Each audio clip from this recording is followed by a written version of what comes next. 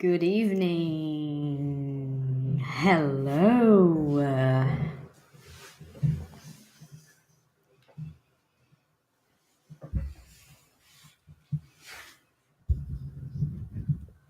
Hello. Who's here watching? Say hello so I know that you're here. Andre, hello. Hi, guys. Welcome to tonight's live session. Tonight, we're going to do something different. We're going to do something that we have not done before. Hello, everyone. I'm excited to be here. So we're going to do something we've not done before, and I think it's going to be really cool. I'm so excited because I can see some students from 100 Days 1, Paula, Tyann. I can see students from 100 Days 2, such as Yara, Marcia, Carissa, Stella. I'm excited. Thanks for being here, guys. That's amazing. So, Jennifer as well. Yeah, lots of people. So, guys, what we're going to do tonight is something very different because I wanted you guys to practice asking questions in English. Okay, and also kind of be entertained and have fun and have a good time. So Dilzo's here as well. So what we're gonna do is I am going to ask you guys to send over some questions here, just here on chat.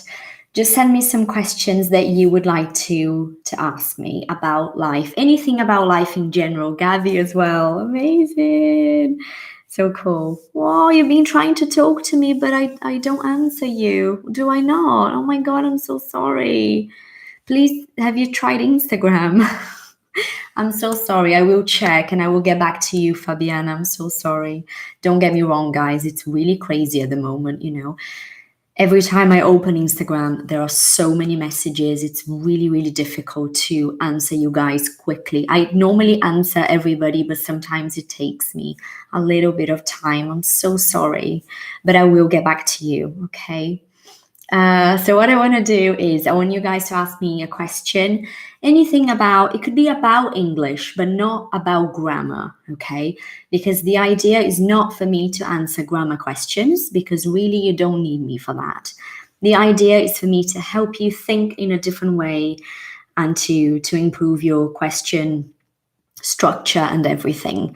So from now, go. You can ask questions. I am going to pick the ones that I think you guys would benefit from in terms of the corrections, because I'm going to correct the question, and in terms of answer as well, okay? So let's see. Tyann, you, girl, honestly, are we going to start with a question like this? That's big. Where do you find meaning in your life? And I am happy to say that there is absolutely no mistakes in your question. So Tyann's question is, where do you find meaning in your life? And it's a good question. There isn't a mistake. I'm proud of you. Very nice. Where do you find meaning in my life? I find meaning in my life through, and look, I'm using a word everybody has problems with. Everyone has problems using through. So I find meaning in my life through being around, definitely being around my kids and my husband. They are really important in my life, as in really important. I'm not saying that I'm only happy when I am with my husband and my kids. It's not true. But I find meaning through spending time with them. And I definitely find meaning through work. I do. I really do. It's something that to me makes a lot of sense, you know, to be able to help you guys reach something that you need, you know. And at the same time, to then look at my kids and be like, one day I'm going to tell you guys about these stories. And to look at my husband and be like, if you were not here, I could not be doing this, you know, because it really is something that kind of, it's all of us together, So it's a great connection here through being around my family and working. Actually, great question. Let's see. Whoa, so many questions, you guys. Hold on, let me go up. Oh my, I don't know. What's the pronunciation? Okay, now Jennifer, we need to correct your question, okay?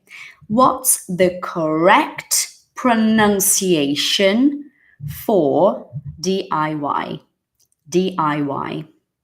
DIY. It's literally saying the letters, but your question needs a little bit of fixing, So what's the correct pronunciation for DIY? Okay, DIY. There you go. Oh, Sue Ellen, that's so nice. Thank you. Thank you for being here. Right. You went to the gym and learned how to pronounce okay in British English. Okay. This is such a great question. What's the best way? Wow, I love this question. It's Officer Sausage. Very good name. What is the best way to dump someone? The question is fine, by the way. What is the best way to dump someone? First of all, what does dumping someone mean? It means that you are together in a relationship, so it's your boyfriend or girlfriend, or you're seeing each other, you're together in a relationship, and you don't want to be together anymore. Like, you're like, I'm done with you. So this is when you dump them. This is when you say, actually, I don't want to be together anymore. And the best way to do it, in my opinion, is to be honest. Like, really now. If you're dumping them because you don't like them anymore, like you just off them, sometimes you just grow to not like someone. You liked them before, and then suddenly you're like, yuck. That happens, doesn't it? Exactly. So if that's the truth, don't be mean. Be honest, but don't be mean. Honest, tell the truth. Mean is when you say horrible things. Don't be mean. Be honest, but not mean. So you don't need to say, I'm disgusted by you. You make me sick. You don't say that because that's mean, but you just say, my feelings have changed. There you go. Honest, but not mean. That's the best way to dump someone, I think. Here is my question. Here it goes my question. Giovanna, it's you. Here it goes my question. What strategy you think is the best for fluency? Okay. Here goes my question. Remove it. There's no it, okay? Here goes my question. What strategy do you think, because really it is a question, do you think is the best for fluency? Yeah, the best is fine. I think you need to watch the live that I did 2 weeks ago. Was it 2 weeks ago, guys? I think it was 2 weeks ago about fluency. Watch that, because it was a very, very interesting conversation we had about fluency. The best strategy is to understand that fluency is a very obvious thing. Fluency is about thinking and kind of what you think coming out of your mouth through spoken communication.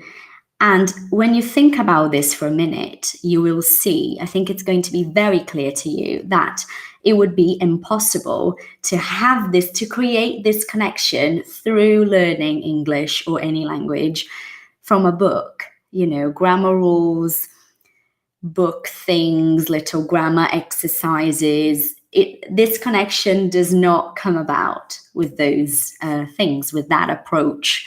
So I don't want to spoil it, because it really, that live will help you. So please watch that. But that's your correction for your question, okay?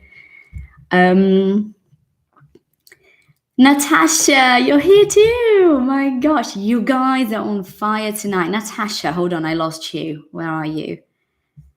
I completely lost your question. Okay, it's gone. like officially. No, it's here. Natasha, do you intend to live in England again? Perfect question. No, I don't intend to. Like, we have no intention to live there again, but I'm not saying we wouldn't, because we would. We just have no intention, but the question is fine.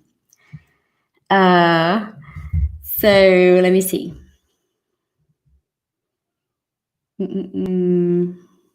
Okay, Mirella, why did you choose to live and raise your kids in Brazil and not England? Perfect question, no mistakes. Because of the weather, because sunny weather makes for happy kids enjoying the sun outside. And because my husband and I, genuinely believe that children are really happy here in Brazil when they grow up here. I was raised here, he was raised here, and we just think it's a good place to be a kid, given that we could live here. You know, we could afford to, we could live here. So that's why we decided to raise them here. But I love England, don't get me wrong, I do.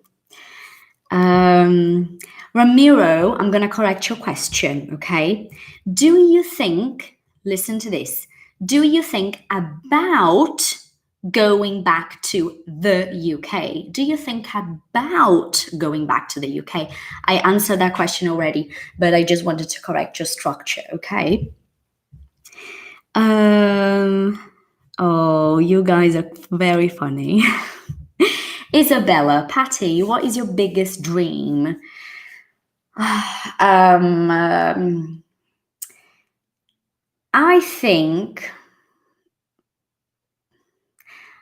think my biggest dream, because the way I see it, like a dream is something that feels very distant and like a big thing. So my biggest dream, I believe, at this moment in life, and the question is correct, by the way, is to give a talk where a lot of you guys are present.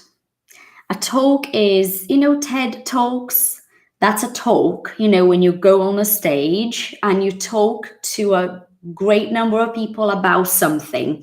I think this is my dream nowadays, to do a talk with a great audience, with you guys, with my students, my learners, my followers.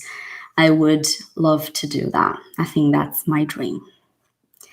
Because I think this is awesome. Being here through a screen is awesome, but I would love to be able to feel your energy, you know, to be in a place where you guys are and to speak from the heart and to help you guys in this crazy journey that we all are in.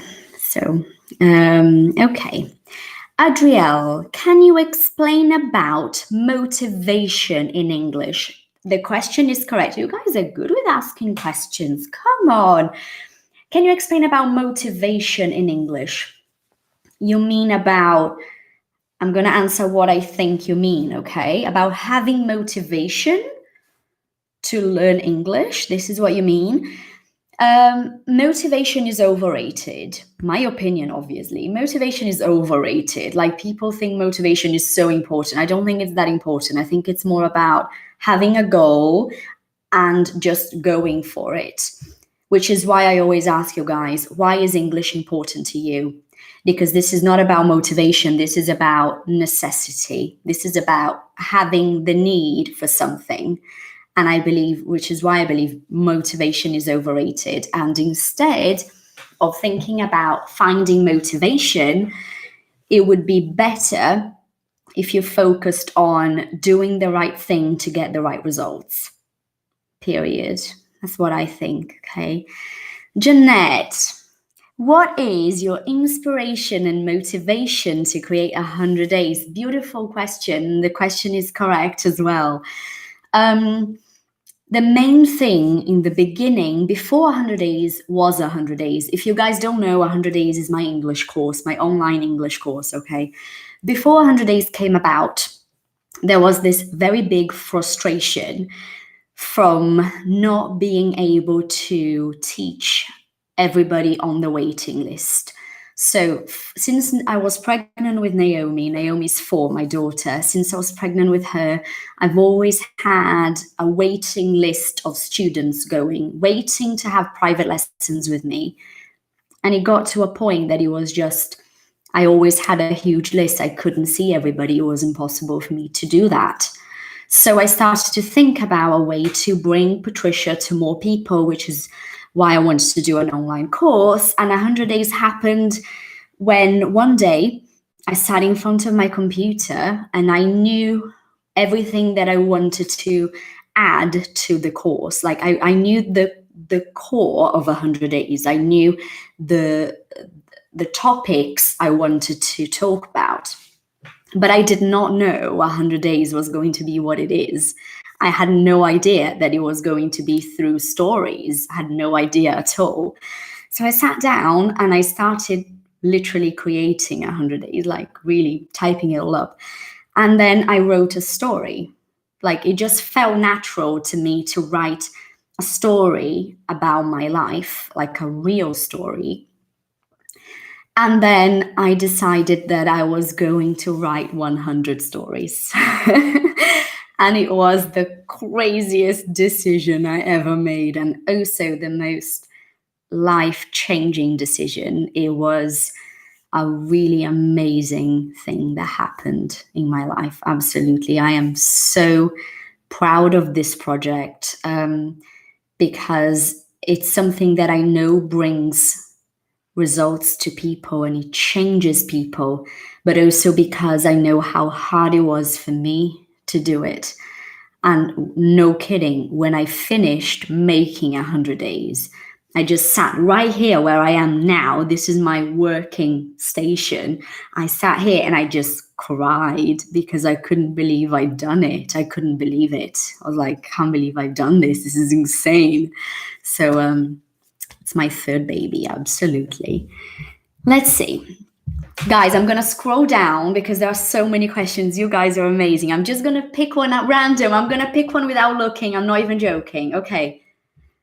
Oh my God. I'm not even being biased. Lorianne, hello. Hi, Patty. If you were to learn a new language, what would it be and how would you go about it? I miss talking to you. Lorianne is a student from 100 Days 1. Your question is great. There are no mistakes. Well done. If I were to learn a new language, what would it be and how would you go about it? Okay, I miss talking to you too. Absolutely. If I were to learn a new language, it would be either. When you say either, I'm going to give you options, okay? Either Italian or French. Now, I really like French, but I don't think I have a very good accent in French. I think I sound a bit stupid. Whereas in Italian, I think I could sound a bit better, so maybe Italian. And I would go about it exactly the same way I tell you guys to go about it. To go about something, this is from 100 Days, isn't it? You learned it there. To go about something is the way you do something, okay? I would definitely be listening to it every day, and I would definitely create a need for this, which is why I believe in my case, I'm probably not going to learn another language because there is no need for me. I'm not passionate about another language because a lot of people learn English because they are passionate, they love it, and I think that is an amazing reason to learn. But I don't have that feeling. And I don't have that thing about I'm living in Rome, I have to learn Italian, I don't live there, you see. But if I were to, I would definitely just be like exposed as much as possible. Even if I was living here in Brazil, I would expose, like it would be a daily thing. I don't think there is another way to do it successfully, you see. Let me see, what else have we got? Juliana Teixeira, how long did you spend to create 100 Days? It was almost 5 months. But this was crazy hours. This was like, I stayed alone a lot. It was last summer. My husband, my kids traveled, and I stayed alone to be able to do it. And I would be working like 12, 15 hours a day, just on the course. It was insane. It's about 5 months of crazy work. I think it would have been better if I had given myself more time, but I didn't. So it was very crazy hours. Lucy Len, do you only speak English with your kids? Yes, my husband and I, and the question is correct, okay? And both questions are correct, actually. My husband and I live in Brazil. We live in Brazil, my family, and we only speak English to our children. I have a 5-year-old and a 4-year-old, and we only speak English to them. So they are fluent English speakers. They speak really well for their age, actually. They speak just as well as native children do, really. They speak really well. It's awesome. So yeah. Right. Raphael, this is going to be the last question I am answering, but my God, guys, you have so many great questions, but I have to take my kids to bed. So hold on. Right, Raphael. Thank you. Congrats. Thank you so much. What do you think is wrong in public education regarding English classes? Why just a few can learn based on the methods? The question is great. There is only a small mistake, okay, which is why only is better because it's stronger. Why can only a few people learn based on those methods? Because what do I think is wrong? I think we have some things that are wrong, okay? We have, number one, the fact that unfortunately, most English teachers in Brazil, I'm not saying every, I'm saying most, the majority, a big number of English teachers in Brazil are not fluent in English. So they know English from a book, but they are not fluent. They don't have the fluency that would be necessary to be able to carry out a lesson in English, which is what I'm doing now. You need this fluency to be able to do that. And unfortunately, most teachers in Brazil do not have that. So it makes them very attached to books and little exercises and, traditional methods to be able to teach, because they can only rely on those things. They can only use those things. So this is, I think, in my opinion, is a problem. This really plays a huge part. The fact that the lesson is in Portuguese, it's like a few words in the middle of a sentence in Portuguese, I think that is insane. And the fact that it's just a whole lot of grammar and no real life experience with English. I think that's it, I'm going to stay a little bit more as I want to answer more questions. Right.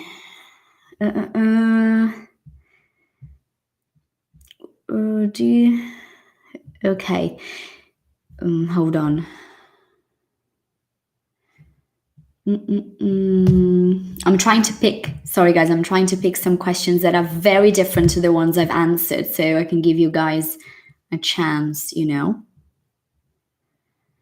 who is your inspiration?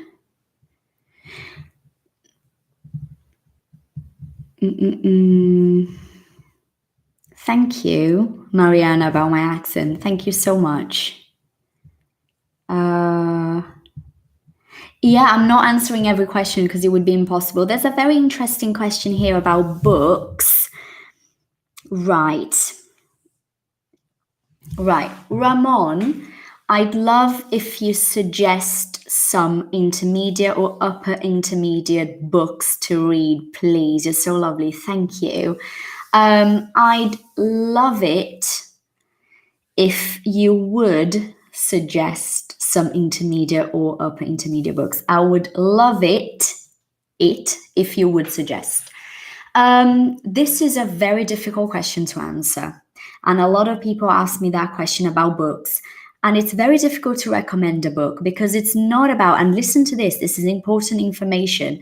It's actually not about a book being for an intermediate student or for an upper intermediate or advanced. It's not about that. You're going to read a book in English when you are interested in that book. So you're saying to me intermediate. Okay, I could say read. Well, if you're intermediate, I'm probably not going to recommend a proper fiction book. Probably not, because you're going to feel frustrated. But I could recommend, say, a specific children's book that is really interesting. It's not like a silly book, for instance. But you would start reading it and you wouldn't really enjoy it, you see. Whereas if I knew, for example, if I knew that you love Harry Potter, I could say, okay, try The Philosopher's Stone. It's going to be hard, but give it a go.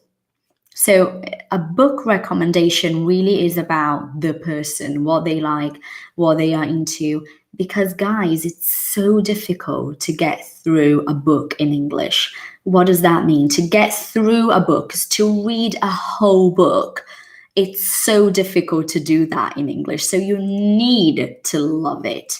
So if you want my help, please send me a message on Instagram telling me a little bit about you so I can try and help you from there, okay?